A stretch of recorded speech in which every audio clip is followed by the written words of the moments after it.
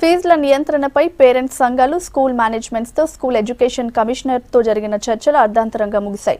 3 గంటల పాటు జరిగిన చర్చల్లో 2 పక్షాలు బెట్టు దిగకపోవడంతో కమిషనర్ చర్చను వాయిదా వేశారు. పేరెంట్స్ మాత్రం నిరసన కొనసాగిస్తామని ప్రకటించారు.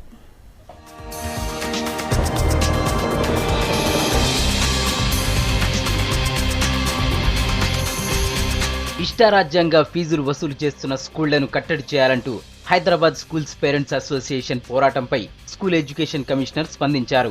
మేనేజ్మెంట్స్, పేరెంట్స్ సంఘాలను ఒకే వేదికపైకి తీసుకొచ్చి పరిష్కారం తేవాలని నిర్ణయించారు. ఫీజుల పెంపు ఆపేయాలన్న డిమాండ్ను మేనేజ్మెంట్ సంఘాలు అంగీకరించలేదు. సమావేశం ఎటు తేలకుండానే ముగిసింది. దాంతో పేరెంట్స్ తమ పోరాటం కొనసాగుతుందని ప్రకటించారు.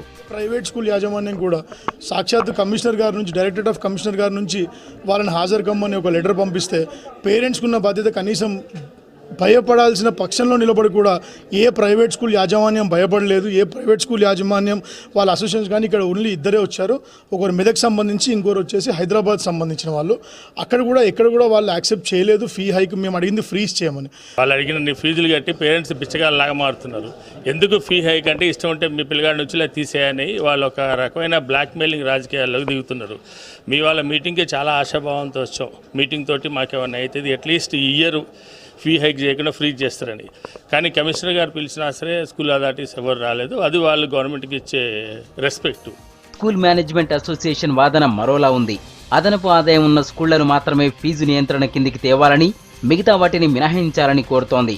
కొందరు యజమానులు చేస్తున్న పొరపాటును అందరికీ అంటగడితే నష్టాలు వస్తాయని వాదిస్తున్నారు స్కూల్ మేనేజ్మెంట్ సభ్యులు. కొన్ని సమాజంలో అలాంటి స్కూళ్ళు ఉండడం వల్ల మిగతా స్కూల్ వ్యవస్థలందరూ, ప్రైవేట్ స్కూళ్ళు యాజమాన్యాలు దోపిడీ అని, దురాగతాలని, అలాంటి తప్పుడు సమాచారాలు సమాజానికి వెళ్లకుండా మా ప్రైవేట్ మిత్రులు కూడా యాజ్ పర్ జీవో గవర్నమెంట్ చూపించినటువంటి దారిని అవలంబించి పేరెంట్స్కు ఇబ్బంది కలగకుండా వాళ్ళ యొక్క నిర్ణయాలు తీసుకోవాలని కోరుతున్నాం. చర్చలో 2 పక్షాల మధ్య స్పష్టత రాకపోవడంతో మరోసారి భేటీ ఏర్పాటు చేస్తామన్నారు commissioner G Kishan. Fee regulation authority అంశం కోర్టు పరిధిలో ఉందన్నారు. 2 పక్షాల వాదనలను ప్రభుత్వానికి పంపిస్తామన్నారు. చర్చలు జరిగినాయి. దాంట్లో 2 వర్గాల నుంచి కూడా కొన్ని రకాల సజెషన్స్ వచ్చాయి. కొన్ని అంశాలలో 2 వైపుల నుంచి కూడా కంకరెన్స్ ఉంది.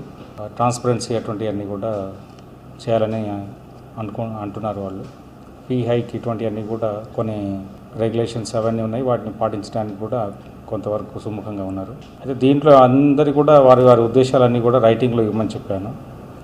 దాదాపు అంటే చర్చించిన విషయాలన్నీ కూడా రైటింగ్లో ఇస్తూ దాన్ని ప్రభుత్వం దృష్టికి తీసుకెళ్ళడానికి ప్రయత్నం చేస్తాం. ప్రైవేట్ స్కూల్స్ ఫీజులను తగ్గించేదాకా పోరాటం చేస్తామని పేరెంట్స్ సంఘాలు చెబుతున్నాయి. నిరసన కార్యక్రమాలను కంటిన్యూ చేస్తామంటున్నారు.